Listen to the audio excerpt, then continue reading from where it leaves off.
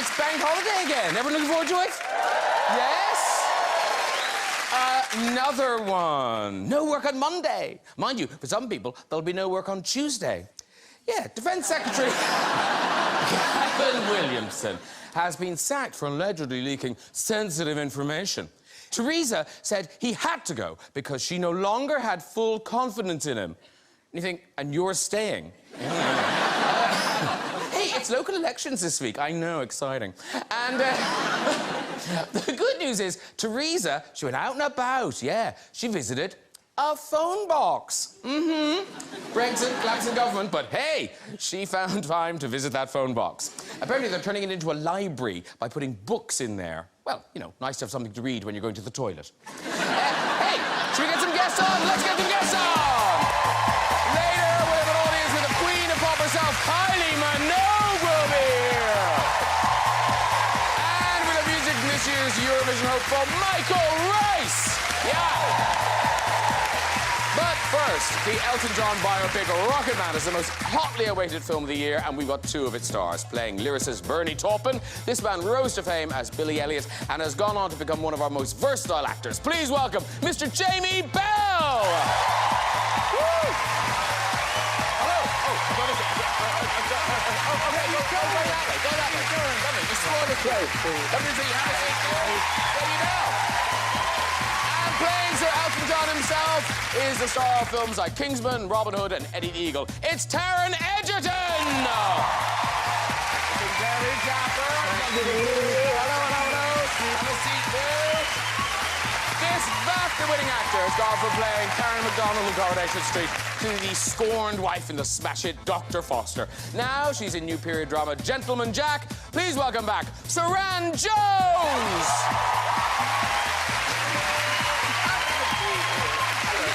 And he's the Hollywood action man who starred in Point Break, Speed and The Matrix. Now he's suiting up once again as super assassin John Wick. Please welcome Keanu Reeves! Woo! Oh, he's running. Come in, say hello to everybody. Very good. Oh. Have a seat. Well, you can shove up, Jamie. I'm shuffling up. Yeah, shove up. Snuggle in. Yeah. Snuggle in. Thank you. It's a nice celebrity grouping. Hello, Keanu, did you meet everybody backstage? Yes, we did. OK, fine, I'll leave it there. Because we start tonight with Keanu Reeves. You don the suit once more in John Wick, Chapter 3, Parabellum. Yeah. It's out on the 15th of May. And, like, the success of these films is amazing. I mean, people love this character. Yeah, which is really nice. I mean, you hope that, you know, when we do because our they're work... absolutely amazing. They're so good. There's nothing else out there like them. No, the set pieces in this movie are extraordinary. I haven't seen the third, obviously, but the first and second are incredible. I was having my facial done the other day, and B, who does my facial... Hi, B. Hi, was telling me about these films. Like, the most unlikely person... Well, maybe not, I don't know, but she was doing my thing, saying... Tell me the whole thing. John Wick? And his dog dies, and then the thing, and then... And I was like, wow, OK, yeah. No, I mean, that's really nice to hear. I mean, you know, like, when we do the work, we hope that people enjoy it, so it's been really nice that... And we're used to seeing you in kind of the mean streets, but this time John Wick goes global. Now, is it actually the Sahara Desert? Yes. I had a vision after Chapter 2 that I saw John Wick in a suit walking in the desert. And I shared that with the director, Chad Stahelski, and he went, that's a good idea. And then, so we tried it, we found a way, and it's a remarkable place. It was the first time I'd ever been there. So when we see you walking in the desert, that is you in the Sahara? That's me in the Sahara with Halle Berry. Now, I would say even tonight... That's not a bad day. No, but I would say even tonight, you are more suitably dressed for walking through the Sahara than you are... Because, like, lace-up shoes aren't a good idea for a sand dune. I know, but it's John Wick. He can't change Wouldn't he his take shoes. his tie off? No. We talked about, like, you know, does he wrap his coat around his head? Does he do all these survival techniques? No. It's John Wick. He's walking in the desert. And, you know, and listen, it's Keanu Reeves and Halle Berry, so you've got to think, how could they be upstaged? These dogs are amazing. They're spectacular animals. Now, I don't want to spare anyone's blushes, or I don't think this is a spoiler, but there is a lot of ball biting that goes on in the film. Yeah, they're attack dogs. Ball biting? Balls. Oh, right, OK, wow. Yeah. Going for the sensitive bits. Oh, right. Now, is that just... Have they just put some cheddar cheese down there? How do you get a dog to do that? Cheddar cheese? Dogs love cheddar cheese. Yeah, sausage and cheese. Yeah, that's how you train a dog to do anything, sausages and cheese. You don't want them to bite you harder. You want protection. You're not like... You don't want to entice them. Did you have, like, stunt balls? They didn't attack his balls. They're gonna have to know that. They're on his side. But they're so sweet. They're so smart. And so once we got into the action of it, it's kind of like dog foo, right? So we have like car foo and John Wick, gun foo, and now there's dog foo. So they become part of the action and how it commands them, and it's pretty extraordinary. Listen, I tell you, we've got a clip. This is you as John Wick doing what you do best. Yeah, but I think this one is, I had the idea of John Wick walking in the desert in a suit, and then the director had, well, we need ninjas on motorcycles with swords. And that's what we've got. Wow!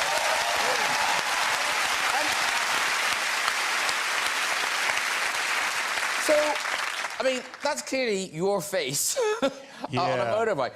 But you're not doing that, are you? No.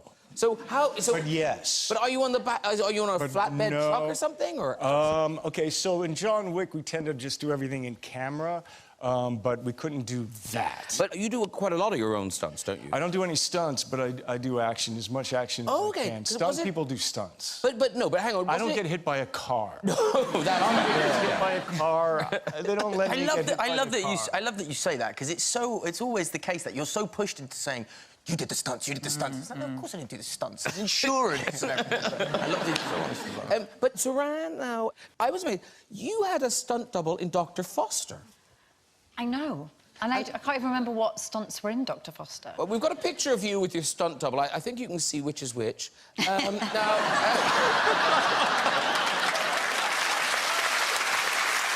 is a bad day when you turn up and they say, here's Ray, and he's your stunt double. And it's a 6-foot man. What did he do, though? I can't remember any stunts as Dr. Foster. Was it driving? There's a whole other conversation here of why wasn't that a woman anyway. But I think they may have sorted that out with the Me Too era. They may be like, no, we won't do that again. I drove into the pub car park very fast. Oh, OK. So Ray did that. And that's it. So Ray did that, yeah. Beautifully. And I think they probably did use mine, because I obviously wanted to do that. I was like, Ray, I can... Could I have a go? They might have used mine, yeah. Now, it's not just the motorcycles, though, that you're on. In this film, you are on a horse. And was that, again, was your idea? Was it another vision? Yes, I had another vision. After Chapter 2, John Wick is running out of Central Park, and I said, Chad, I have a vision. And he was like, what, Keanu? And I said, I want to ride a horse. Why don't I ride a horse? I'm trying to escape. And so he said, that's a good idea. And so began the training, because with John Wick, you can't just ride a horse. You have to come off the saddle. You're supposed to fall under it, hold onto the pommel. Excuse me. It's fine. And then shoot some guns. But when we were training, I couldn't really do it, and I fell. As you do. And so then they had to create something to make it safe. And so they did this contraption that was like this truck with some beams and then a gentleman on a wire. So I was picked in case I fell off the horse while we were on the streets. And so that happened a couple of times. The horse took off and I was like falling, and then they pulled me up. And wow. But so that was nice. I tell you who wouldn't have liked this. But it's fun. Jamie Bell. Oh, you're not a fan of the horse. I didn't love horses. Me and horses didn't particularly get along, Graham. Like, I'd be walking through I mean, not randomly walking through a field, but, like, I'd be close to a horse, and it'd be like, oh, no, I'm not... no, that guy's giving me energy, and it would, like, run away, because it would feel my fear. I was terrified of them, you know. They're big, and they're unpredictable. We've never connected over this. I was thrown from one on the set of Robin Hood. Oh, you were? Yeah.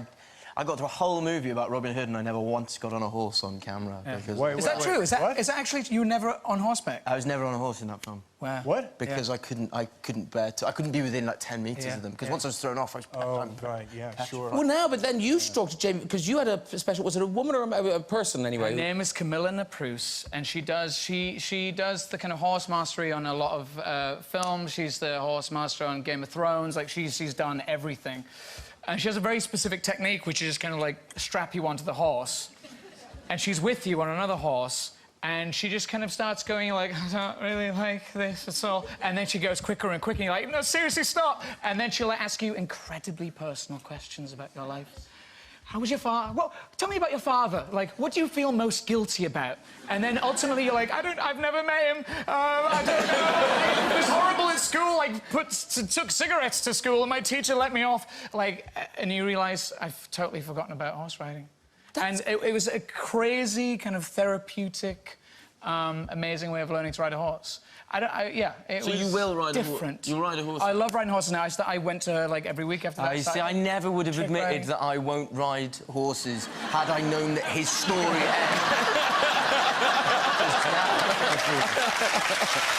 Very good. Now, the other big movie this week is Rocketman. The wait is over. You can see it from May the 22nd. So, Taron, obviously, you play Elton. Jamie plays Bernie Taupin, the lyricist. Here's a little taste of the movie.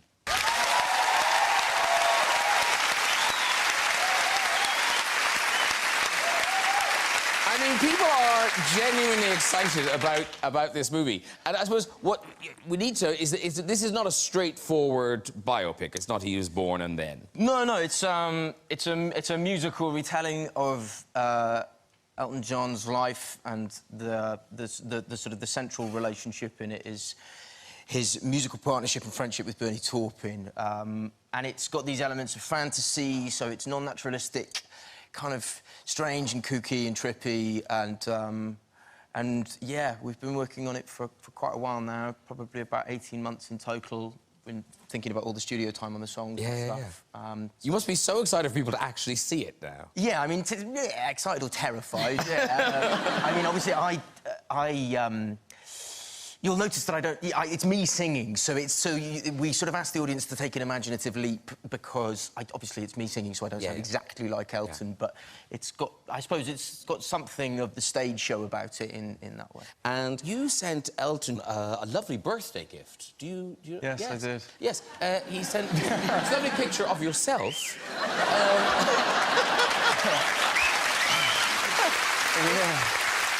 Is that a costume you wear in the film? No, that's one from my own personal... You look great, though. Was he pleased with his present? I think he was ecstatic. And obviously a lot of pressure on you playing Elton, but then Bernie Taupin is this strange man in that, you know, we all know the name, but actually people don't know what he looks like, people don't know what he sounds like. Yeah. Is that freeing, or did you still feel a kind of responsibility to the man? It is nothing like what Taron must have felt in terms of approaching the role and you know, the concept of him playing Elton John. You know, Bernie lives in relative anonymity, lives in Santa Barbara very happily with his wife Heather, and I think he enjoys that sense of anonymity. But their connection has lasted. There's the two of you, lasted many decades. There is an essential need that they both have. I don't think that they could have done it without each other, really. Yeah. And of course, you didn't just meet Elton, you've sort of become friends. You've stayed in his house and things, haven't you? Yes. Yeah. It was my girlfriend and I went and stayed with Elton and David for a few nights, probably about a year ago, and it was all going really well, and we were all having a really lovely time.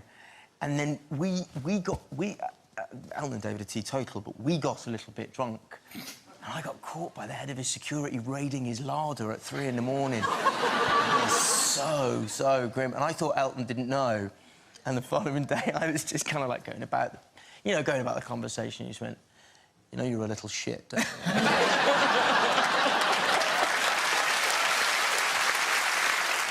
Not my finest moment. And when he heard you, I mean, presumably you had to sing for him at some point. Yeah, so we sort of did like a test where I went to Abbey Road and sang in front of a piano. He wasn't there. David was there, but Elton wasn't there. I think at that stage that would have possibly made me spontaneously combust. But yeah, since then we sang together earlier this year, which was an incredible experience, and we actually have an album coming out along with the film.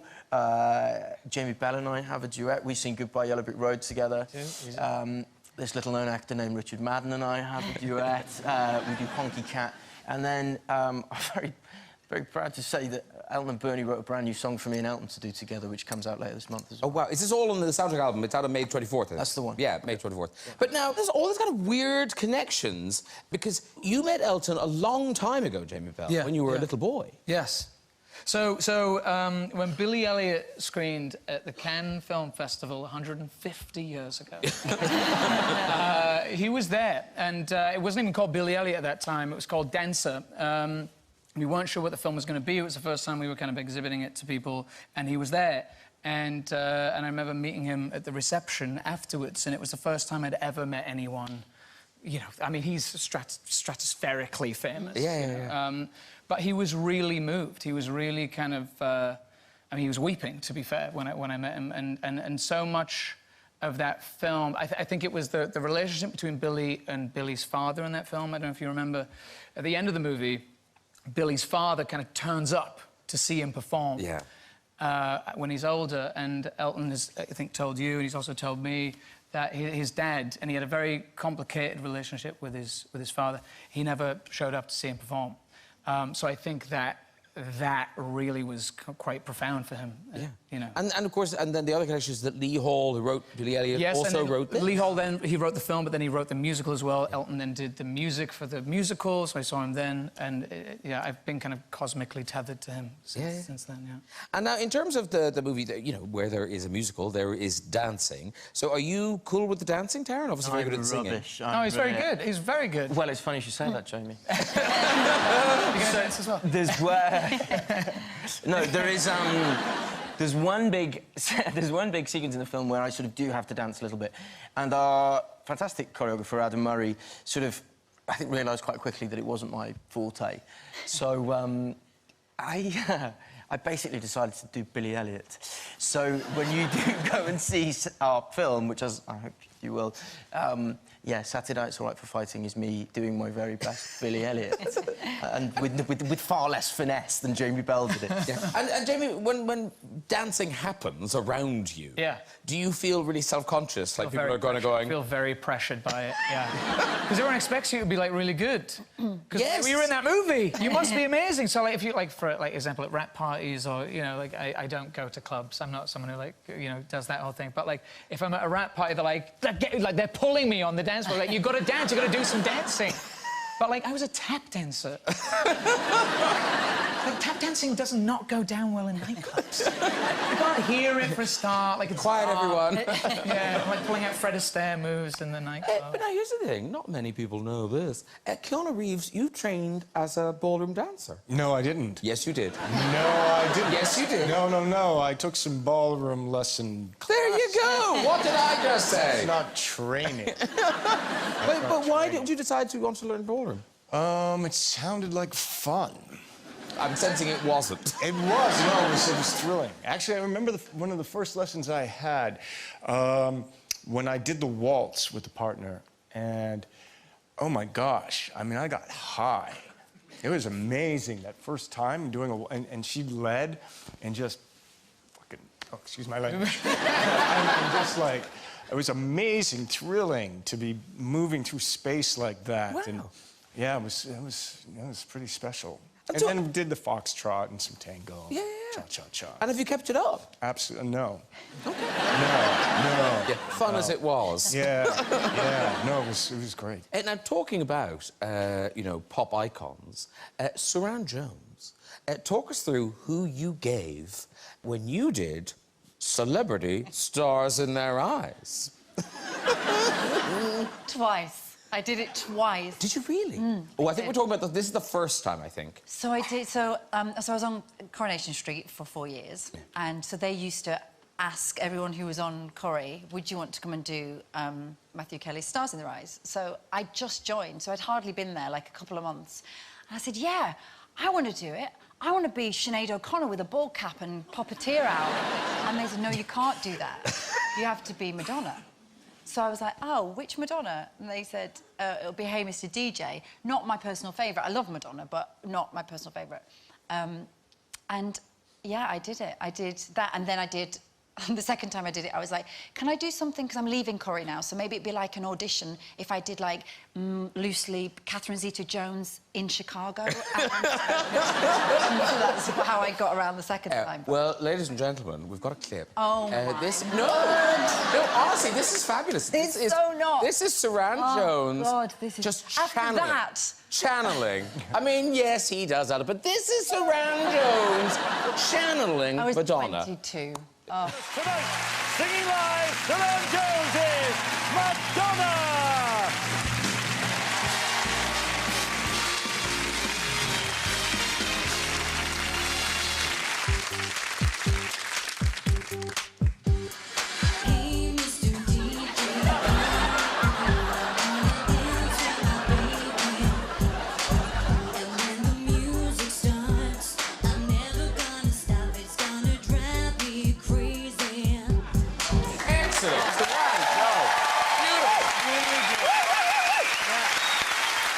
Suranne Jones brings us a new TV period drama, Gentleman Jack. This is BBC One Sunday nights at 9 p.m. from the 19th of May. Now, this is you working again with the great Sally Wainwright. Yeah. She wrote this, but am I thinking has she ever directed you before? No, never. So, no, we've worked on... This is the 4th project, but she's written all the others. Scott and Bailey, Unforgiven, Life and Crime of Julie Bottomley, and then this. So it's an 8-part series, and it's based on the real diaries of Anne Lister. And she left almost 5 million words of a diary, and it described her as an astute businesswoman, and she documented the social, economical landscape of Halifax at the time, but then a 1/6 of it was in code, crypt hand or secret code. And that was because she, those parts, the secret parts, documented her affairs with women and relationships with women, which is a very important document because of the time, we don't have many documents that detail it in the way that she detailed it. So sometimes When you say detailed it... Oh, it's explicit, yeah. And so she's often referred to as the first modern lesbian. I mean, lesbian wasn't even a word, because it covers 1832 to 1834. And she talks about her gender and her identity. I mean, it's so transgressive. It's unbelievable that we don't already know about. I mean, lucky for me that we don't, but... Yeah, unbelievable. Well, listen, we'll talk about it more in a bit, but let's just have a look at a clip. This is you as Anne Lister meeting your love interest, Anne Walker, played by Sophie Rundle. Ooh. And the diaries... so... Did she hide them, or did just nobody know what they were? Because they lay on red for, what, 50 years or something? Yeah, so at the end of the 19th century, a relation of hers, John Lister, and his friend Arthur Burrell found them. And they managed to crack the code. And obviously, when they cracked the code and they realised what was in the secret part of the diaries, Arthur Burrell said, you need to burn these diaries because, you know, you can't be associated with that as a family member. But John didn't, so he hid them in the wall of the house, Shibden Hall, in Halifax, where we actually filmed. So I got to literally walk in her shoes, because they allowed us... And you can visit there as well. It's a beautiful place, very magical. And then, like, it wasn't until the beginning of the 20th century that they were given to the library in Halifax. And then I think it was a historian called Helena Whitbread that cracked the code, and then we're talking kind of like through the late 80s, 90s. But even when it's translated, it's still kind of... She uses odd phrases and things. Yeah, because it was so deeply secret, that part of her, that she couldn't... So she'd use things like incurring a cross about Miss Walker would mean masturbating over her, or wintering in Rome, which meant full sex, or going to Italy meant full sex. Right. So, yeah, she was still hiding it within the code, yeah. Wintering in Rome? Wintering in Rome, yeah. Or grubbling, which just meant a quickie. OK. Yeah. And am I right in thinking, Taron, you read Elton John's diaries? Yes, I did. So, that same trip where I... Oh, I thought you said trick. I thought he was wintering in Rome. He used the same code. That same trip where I was caught stealing Oreos from his kitchen. What kind? Grubbling? Grubbling down the kitchen. He did. I went and read his diaries, and my favourite one, the only one I can remember, my favourite one is, went to a restaurant tonight, did a moody and smashed a plate of French fries on the table. Which has always stuck in my mind and sort of characterised elements of my performance. I love it. Did a moody. Did a moody. Yeah. Sounds really nice, but oh no, broken plates. Now, Suranne Jones, look at you now. You know, Dr. Foster, Gentleman Jack on HBO. And yet there was a time in your career when maybe people predicted those glittering heights. One of your first jobs, was it in theatre education? Was it Craggy? TIE, yeah. TIE? Yeah. Crag Rats. Crag Rats. So Crag Rats would go around to schools. Yeah. And what were you teaching people? So, have you ever done any TIE stuff? No. A drama school I did, So you get your van, and you get your set, and you get your costumes, which people have borrowed from all their aunties and nanas and stuff like that, and bad wigs. Put it in the van, go to all the schools, and we were teaching post-education options. So we would go in and set our thing up, and then the 15, 16-year-olds would come in to their assembly, and then, and then I and my team would sing songs to them about their options, and obviously have deeper chats as well, but it was like pop songs to let them know their options. One particular was an S Club 7 song. So we'd go in and sing, "Don't stop, never give up, hold your head high and reach the top. We're all doing an NVQ and working in a job." And then you get feedback. Yeah. And then, I mean, to make it worse, like, that's not bad enough. Then you give out forms and you say, so what did you think of the Crag Rats? Because obviously, it's a community thing, you need to give feedback. And we'd go in the van, get our butties from down the shop, and mine would usually say, the one with the dark hair has big tits. What's a Crag Rat?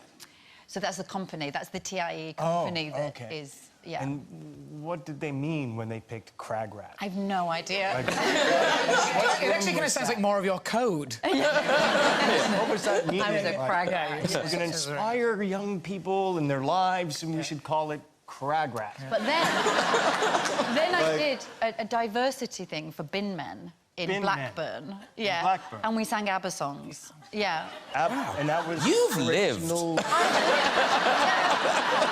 Again, yeah. Right, time for our next guest. This pop icon has sold over 80 million albums, has a Grammy, 3 Brit Awards to her name. Now she's celebrating 30 amazing years in the business. Please welcome Kylie Minogue!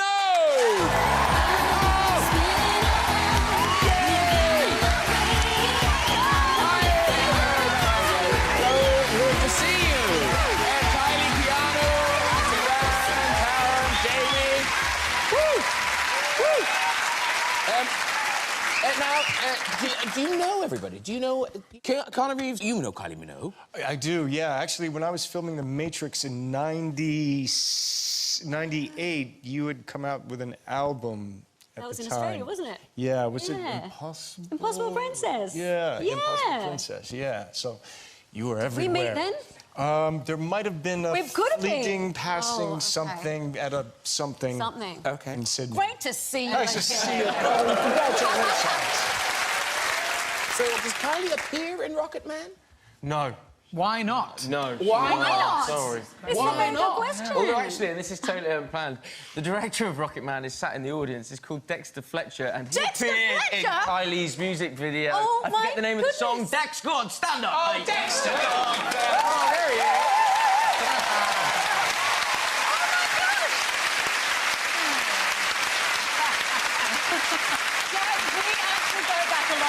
Which video did he do?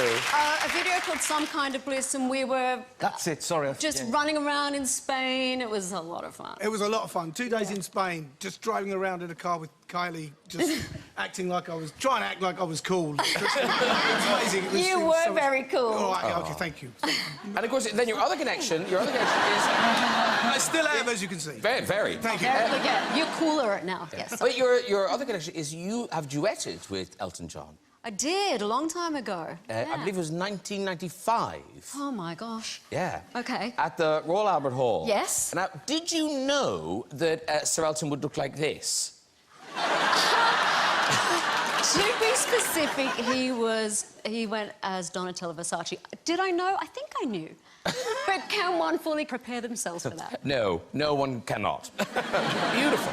Now, this is a big weekend for Kylie and Kylie Minogue fans because you're announcing a new album. Sort of, yeah, a greatest hits album, which turns out to be far more emotional than I had anticipated. Because this is your definitive greatest hits. Yes, although there wasn't enough room for all of them, so there are a couple missing. OK, it's out on the 28th of June, but people can pre-order it now. I've got it here. Look, everybody, it's Step Back in Time. Yeah.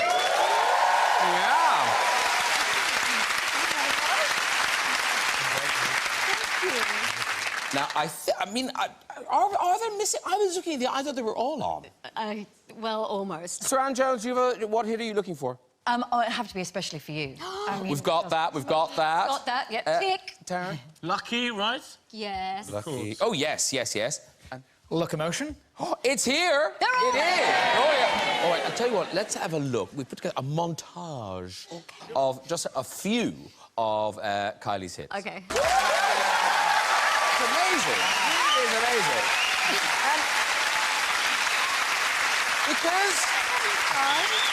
because you're one of those people, you're always working on the next thing, the next album. Yeah. What's it like to kind of stop and take stock? It's positively weird, and as I said before, it's emotional. I mean, just looking at those few clips, I could bore you senseless with stories about the day that I did the song, or we had to, you know, fight for weeks to get the song, or do the video, or the first time I performed it live. I mean, it's just...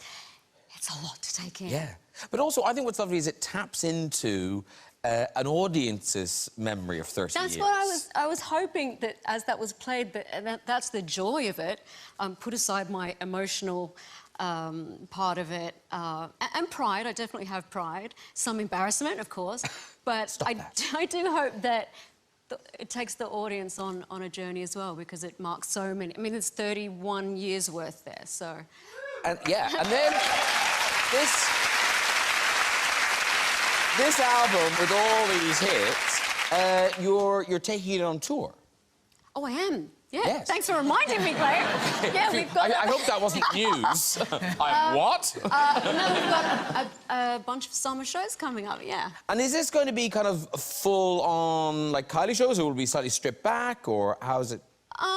It'll be pretty full on. Yeah. I mean, festival shows are slightly different because that's the stage. You can really do not much more with it. You don't get a sound check. You just, like, rock up, pray, hope everything goes fine. So we'll try and put enough on there. Yeah, yeah. And you're doing your first solo Glastonbury. Yeah.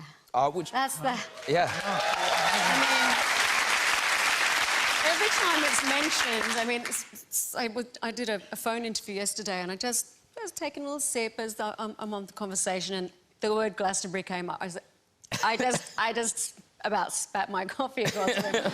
It's a huge deal for me, yeah. Why is that one so scary or so big in your... Because we're all talking about it!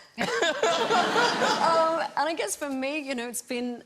I was meant to headline Glastonbury in 2005, and I couldn't. I had a diagnosis then, which stopped me doing that.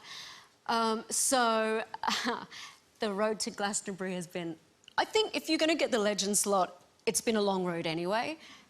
But, you know, it's been a long and winding road with a few speed humps along the way. Yeah, yeah, yeah. So... But now, here's the thing. So, we're celebrating your career tonight, 30 glorious years. I think people have an idea that once you've arrived, show business is lovely. And that's how you make it seem. You make it seem like you arrived, and then it's been 30 years of hits, hits, hits, and loveliness. I think, since I last saw you, I think somebody sent me this clip on Twitter, and it's one of those things where you're gonna go, like, a lesser performer would have cracked. I might crack now, I'm just saying. But have you seen this recently? I saw, like, a tiny bit of it, and I could watch no more. We're only watching a tiny bit of it. Fabulous. So, explain this. So, it's Spanish television in, I think, about 1990. Yes, that's about all I care to remember. Yeah, well, I think it was the Spanish... This is so weird. It was the Spanish government, and they decided they were trying to appeal to a younger demographic. Oh. Right. See, probably no one told me that at the time. Oh, OK. They just shove you out. So they were trying to appeal to a younger demographic. I'm not sure it worked, but what you have to admire here is Kylie Minogue's professionalism in really some difficult circumstances. The crowd weren't loving it. OK, here we go. The League of Gentlemen. OK, that's amazing. That is the League of Gentlemen, surely. That's Royston Valley right there. Kylie, fuck them. You were great. You were great. Do you remember it? Have you blanked it from your mind? I've blanked more than that, trust me. Just shut it down. Congratulations. Thank 30 you. years, Kylie Minogue! So good. Right. It's music time. This 21-year-old singer won the BBC's All Together Now and has gone on to become Britain's entry for Eurovision 2019 at Tel Aviv. Here with the song he'll perform on May the 18th, it's Mr. Michael Rice! Michael Rice, everybody! Great job, sir! Michael Rice, and thank you to that choir! Come on over, you. Hello, sir. Lovely to see you. Come in and meet everybody. David Bell, John Egerton, Suranne. Nice to meet you. Keanu, Kylie. Nice to meet you. There you go.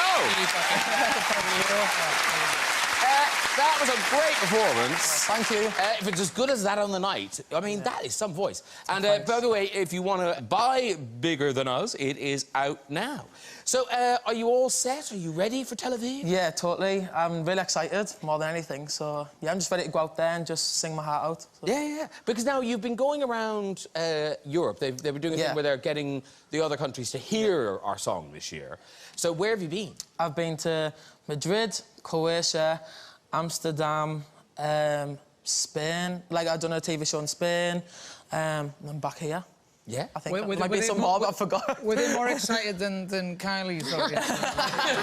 Honestly, it's just been so crazy, like, to think I've got fans in other countries. I just never thought I'd ever have fans. Which is so it's just crazy. No, it's fantastic. Yeah. It's fantastic. By the way, isn't there a strange link? You and Jamie... No, OK, so I'm going to take over here. Sorry, guys. This man is from Hartlepool. I come from a town called Billingham. They're like 20 minutes up the road, and I really applaud you for... Thank you. Absolutely. You're like a local hero. Yeah. No, and everyone back at home's like, make sure you say to Jamie Bell, like, you're from Hartlepool. He's only from around the corner. But, yeah, it's really nice to be with you and you guys, so... Yeah. Well, listen, good luck on the night. Thank you so much. Because, seriously, it's a beautiful voice and you perform it so, so well. Cheers. Cheer him on, Michael Rice! Right, that's nearly it before we go. Just time for a visit to the big red chair. Who's there? Hello. Hello. Hi, what's your name? Lee. Lee, lovely Lee. And what do you do? I'm an AV engineer. An AV engineer? Yes. Is that like an aviation engineer? Let's go with that. It's a bit more boring than Do you know that. what that is? Audio-visual. Is it audio-visual? Kylie Minogue saying audio-visual engineer. That is correct. That is correct. Oh, for an extra 10 points. No. Off you go with your story, Lee.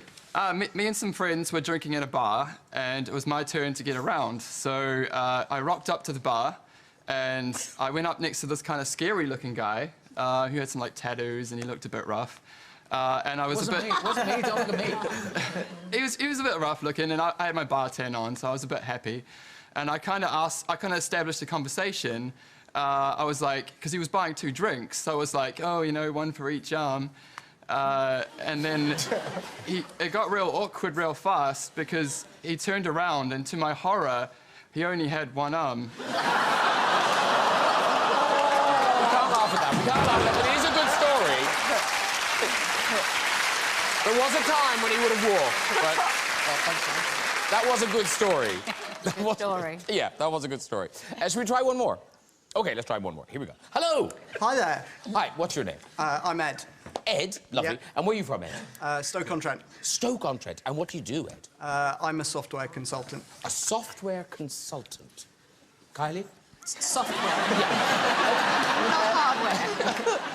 No, not so much the hardware, more the software. Oh, steady on, Ed. Off you go with the story. So earlier on in my career, I had my first proper job interview, and obviously I was quite nervous. I'd heard some tales about the person due to interview me, and she was a bit of a terror. So I turned up 10 minutes early in a place that I wasn't really familiar with. Waited about half an hour. She was quite late, so I started phoning, and I phoned her once, and I'm not very good on the phone and didn't really want to do this. Phoned her again, and then decided last second, oh, I really need the toilet.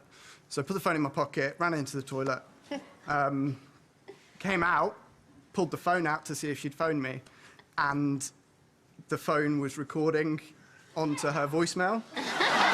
So she heard absolutely everything. So I come back to the room, she's there, she's about to pick up her phone.